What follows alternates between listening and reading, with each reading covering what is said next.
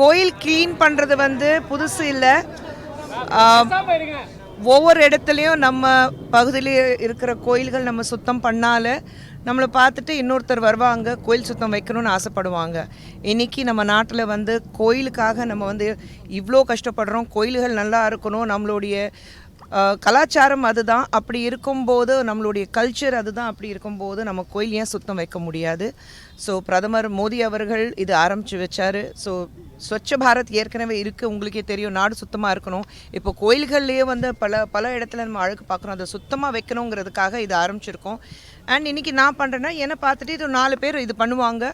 So அவங்க பகுதியில் இருக்கிற கோயில்கள் எல்லாம் சுத்தமாக வச்சாக்கா நமக்கு ஒரு கோயிலுக்கு போகும்போது ஒரு மிகப்பெரிய நிம்மதி கிடைக்கும்.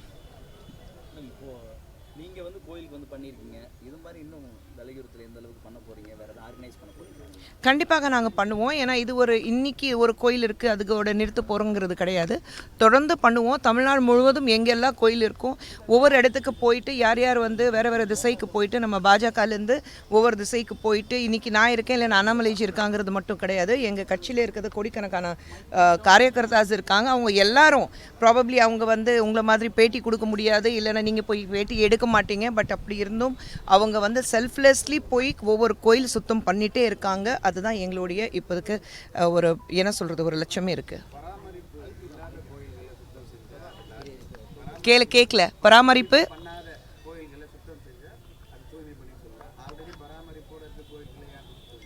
ஏன் எந்த கோயிலுக்கு இருக்கலாம்? ஏன் அந்த மாதிரி வந்து பராமரிப்பு இருக்கிறது கோயிலுக்கு தான் போகணுன்னா இல்லாத ஒரு இல்லையே. இப்போ நான் உங்கள் முன்னாடி சுத்தம் பண்ணுறேன் இருக்குது. நீங்கள் என்ன பண்ணாலும் கொஞ்சம் அழுக்கு இருக்குல்ல. ஒரு சின்ன அழுக்கு இருந்தாலும் நம்ம வீட்டில் ஒரு இடத்துல நீங்கள் வந்து எங்கேயாவது ஒரு காபை வந்து ஒரு ஒட்டடம் பார்த்தாலே க்ளீன் பண்ணணும்னு தோணும்ல உங்களுக்கு. ஸோ நம்ம வீடு நினச்சிட்டு நம்ம ஏன் சுத்தம் பண்ணக்கூடாது? அந்த கோயிலுக்கு தான் பண்ணணும், இந்த கோயிலுக்கு ஏன் பண்ணக்கூடாது? இல்லை அந்த கோயில் தான் பண்ணுறாங்க மறுபடியும் ஏன் அந்த கோயிலுக்கு பண்ணுறீங்க? நாங்கள் இருக்கக்கூடாது. கோயில் தான். கோயிலில் வந்து நம்ம வீடு நினச்சிட்டு ஒரு சின்ன ஒட்டடம் இருந்தாலும் நம்ம அதை சுத்தம் பண்ணுறது நம்மளுடைய டியூட்டி. அது இருங்க ஒருத்தர் ஆமாங்க. இல்லை நான் பங்கு எடுக்கலை. ஏன்னா நிறைய வேலை எனக்கு இங்கே இருக்குது. ஸோ நான் பங்கு எடுக்கிறதுக்காக ராமர் கோயிலுக்கு போகலை. ஆனால் உண்மையிலேயே நம்ம நாட்டில் வந்து பல ஆண்டுகளாக ஒரு கிட்டத்தட்ட 500 வருடங்களாக காத்துட்ருக்கோம் ராமர் மறுபடியும் வர மாட்டாரனா. இன்றைக்கி வந்து பிரதமர் மோடி அவர்களுடைய ஆட்சியில் இன்றைக்கி ராமர் மறுபடியும் ஒரு இடத்துல நம்ம பார்க்க போகிறோம். ஸோ ரொம்ப பெருமையாக இருக்குது, ரொம்ப சந்தோஷமாக இருக்குது. இந்தியா முழுவதும் இந்த ராமர் கோயில் பொறுத்த வரைக்கும் இது ஜாதி மதம் சம்மந்தப்பட்டது கிடையாது. இது வந்து முழுக்க நம்மளுடைய ஒற்றுமை காட்டுறதுக்காக தான் இந்த ராம் மந்திர் நம்ம சொல்கிறோம். அது இருக்குது. நீங்கள் அயோத்தியாலேயே பார்த்தீங்கன்னா ஹிந்து முஸ்லீம் இல்லை வேறு மதத்தில் சார்ந்தவங்க எல்லாரும் அவங்கவுங்க வீட்டில் வந்து விளக்கேற்றிட்டு ராமர் வர வைக்கிறதுக்காக காத்துட்ருக்காங்க. இந்தியா முழுவதும் மட்டுமல்ல, உலகத்துலேயும் நீங்கள் ஒவ்வொரு இடத்துல இந்தியர்கள் எங்கே வாழ்கிறாங்களோ அவங்க இதை கொண்டாடிட்டு இருக்காங்க. இது வந்து மிகப்பெரிய விஷயம் அவங்க பார்த்துட்ருக்காங்க. நேற்று என்னுடைய அத்தை வந்து பிரதமர் அவர்களை சந்தித்து ஒரு 92 வயது அவங்களுக்கு. ஆனால் பிரதமரை சந்திக்கணும் சொல்லிட்டு எங்கள் அத்தை பிரதமர் பார்த்துட்டு கிட்டத்தட்ட 10 நிமிஷம் அவங்க கைப்பிடிச்சிட்டு அவங்கக்கிட்ட பேசி அவங்களுக்கு வந்து ஆசீர்வாதம் கொடுத்துட்டு வந்திருக்கிறாங்க.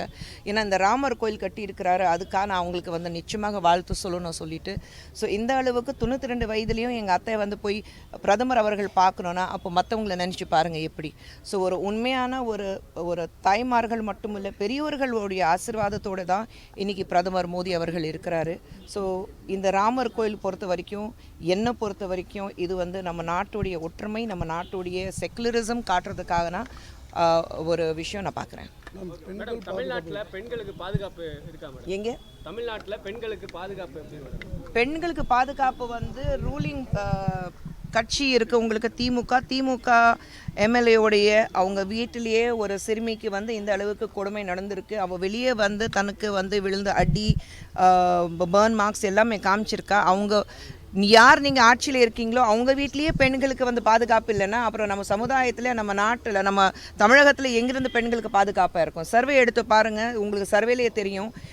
விழுப்புரத்தில் வந்து நீங்கள் பார்த்தீங்கன்னா 2 பெண்கள் வந்து 2 குழந்தைங்க 10வது கிளாஸில் படிக்கிற பெண்களுக்கு வந்து ஒரு ஸ்கூலோடைய ஆசிரியரே வந்து தவறான முறையில் நடந்திருக்காங்க.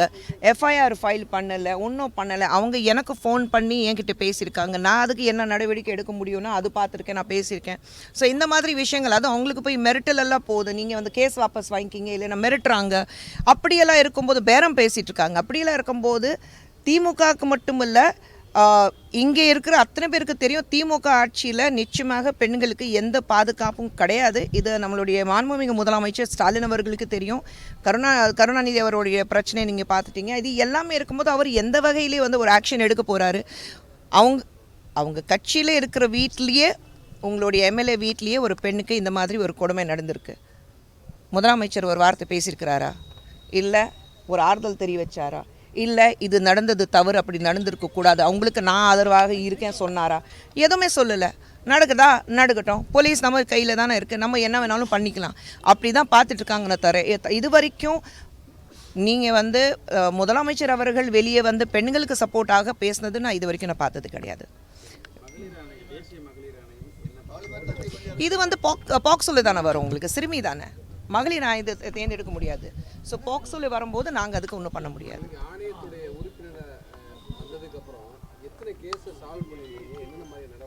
அதை நீங்கள் இதில் போயிட்டீங்கன்னா எங்களுக்கு ஒரு நாளைக்கு கிட்டத்தட்ட 100 கேசஸ் வரும். அந்த 100 கேசஸ் வரும்போது எனக்கு கீழே வந்து 5 மாநிலங்கள் இருக்குது. அந்த 5 மாநிலங்கள்லேருந்து நீங்கள் பார்த்தீங்கன்னா ஒரு நாளைக்கு கிட்டத்தட்ட ஒரு 100 கேசஸ் எனக்கு வந்துடும். அந்த 100 கேசஸ்லேருந்து எங்களுக்குன்னா ஒரு கமிட்டி இருக்குது. அந்த கமிட்டிலேருந்து இன்வெஸ்டிகேஷன் ஆஃபீஸர்ஸ் இருக்காங்க. அந்த எல்லாமே அப்ரூவ் பண்ணிவிட்டு அவங்களுக்கு அனுப்பி இன்வெஸ்டிகேஷன் ஆஃபீஸர்ஸ் அதை பார்த்துட்டு அப்ரூவ் பண்ணிவிட்டு, அதில் பல கேசஸ் கொஞ்சம் பொய்யான கேசஸ் இருக்கும்.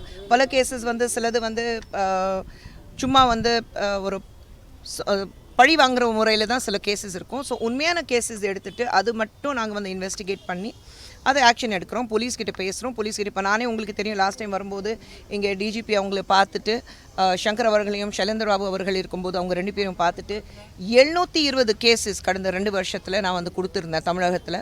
ஸோ இதெல்லாம் நாங்கள் பண்ணிட்டு தான் இருக்கோம். நிறைய கேசஸ் நாங்கள் சால்வ் பண்ணுறோம். தமிழ்நாட்டில் பெண்கள் பாதுகாப்பு மாதிரி வட இந்தியாவிலேயும் பிரச்சனை இருக்குது. டேட்டா படி வந்து பீகார்ல தான் அதிகமாக இருக்குது. மேக்ஸிமம் கேசஸ் உங்களுக்கு வட இந்தியாவை விட உங்களுக்கு மேக்ஸிமம் கேசஸ், எங்களுக்கு வர மேக்ஸிமம் கேசஸ் பீகார், ஆந்திர பிரதேஷ், இது 2 தான் மேக்ஸிமம் கேசஸ் வரும். இருக்கு. பட் எங்களுக்கு வர, நான் வந்து ஒரு உறுப்பினராக சொல்கிறேன், எங்களுக்கு வர கேசஸ் சொல்கிறேன். எங்களுக்கு வர கேசஸில் தான் மட்டும்தான் பேச முடியும். ஒரு நேஷனல் கமிஷன் ஆஃப் உமன் உறுப்பினராக என்னால் அது மட்டும் தான் பேச முடியும். ஸோ எங்களுக்கு வர கேசஸ், ஸ்பெஷலி எனக்கு வர கேஸ் இதான். பீகார் எனக்கு கீழே இருக்குது. ஸோ எனக்கு மேக்ஸிமம் வர கேசஸ் வந்து பீகார் அண்ட் ஆந்திர பிரதேஷ். ஆல்மோஸ்ட் ஈக்குவலாக தான் இருக்குது. தமிழ்நாடு வந்து ரொம்ப பின்வாங்கி இருக்குன்னு நான் சொல்ல மாட்டேன். அதான் நான் சொல்கிறேன், இங்கே தானே இருக்கேன் நான், டெய்லி கேசஸ் பார்த்துட்டு தானே இருக்கோம். ஸோ வெளி மாநிலத்தில் வந்து அங்கே போய் பார்க்குறோம், நம்ம மாநிலத்தில் இங்கே தான் இருக்கோம், டெய்லி படிக்கிறோம், டெய்லி நியூஸ் நமக்கு வருது, உங்களுக்கும் வருது. ஸோ அதான் நான் கேட்டேன், முதலமைச்சர் ஏதாவது ஒரு வார்த்தை சொல்கிறாரா?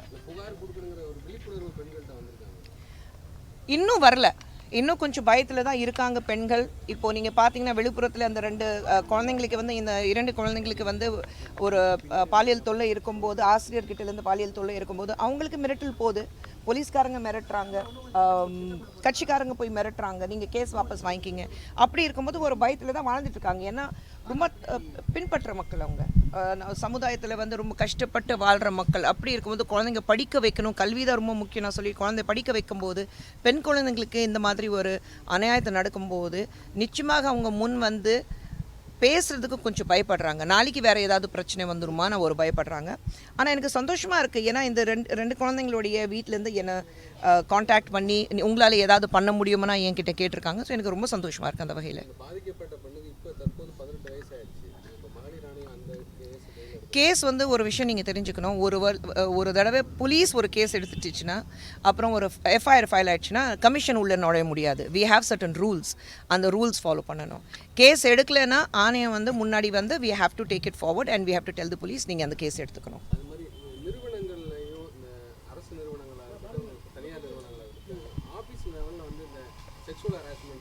நிறைய கேசஸ் வருது எங்களுக்கு, அந்த மாதிரி செக்ஷுவல் ஹாரஸ்மெண்ட் கேசஸ் நிறைய வருது. அது எல்லாமே நாங்கள் வந்து சால்வ் பண்ணிட்டு தான் வரோம். வேற ஏதாவது?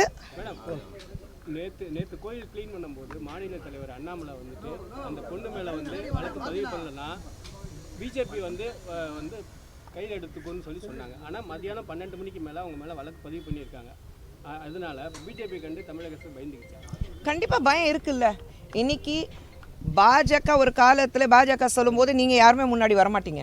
இன்றைக்கி பாஜகனா ஃபர்ஸ்ட் பேஜ் நியூஸாக இருக்குது. ஸோ பாஜக அந்த அளவுக்கு தமிழகத்தில் வளர்ந்துருக்கு. இன்றைக்கி ஒப்போசிஷன் யாருன்னா பாஜகனா அப்படி நீங்கள் பார்க்குறீங்க.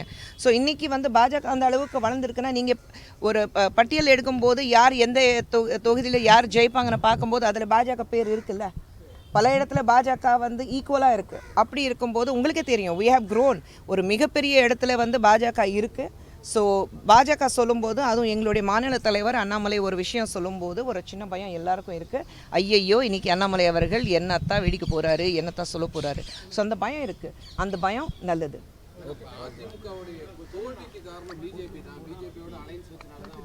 அலையன்ஸ் விஷயத்தில் நான் எதுவுமே பேச முடியாது. அது வந்து டெல்லியிலேருந்து பேசுவாங்க, இல்லைன்னா எங்களோட மாநில தலைவர் அண்ணாமலை. அதை நாங்கள் சொல்லிக்கிறோம். அது எங்களுக்கு பெருமையாக இருக்குது அதை சொல்லிக்கிறதுக்கு. அதான் சொல்கிறேன், அவங்கள பற்றி என்னால் பேச முடியாது. அந்த பொசிஷனில் நான் இல்லை. நான் கட்சி சார்பாக அவ்வளோ விஷயங்கள் பேச முடியாது. அது டெல்லியிலேருந்து பேசுவாங்க, இல்லைன்னா மாநில தலைவர் பேசுவார். மேடம், காயத்ரி ரகுராம் வந்து இப்போ அதிமுக போய் சேர்ந்துருக்காங்க. சரிங்க, அதுக்கு அதை பற்றி நீங்கள் என்ன ஒன்றும் நினைக்கல.